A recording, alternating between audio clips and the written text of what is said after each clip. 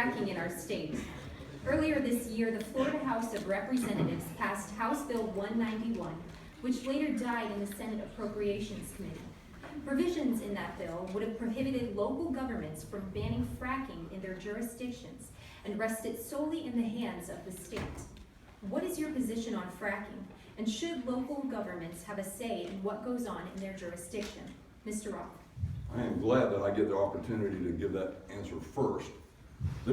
One of the ways I love to answer questions is tell you about history, because I cannot change history. I cannot change what I've done. I can't change my answer if I'm quoting history.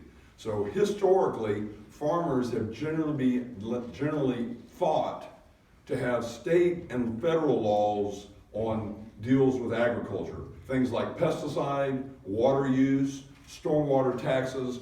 All those are issues that many times county governments have gotten in the business of wanting to regulate. And if you're a farmer, you could be farming in 3 or 4 different counties if you're a pretty good sized farmer. Not me, I farm all in Palm Beach County.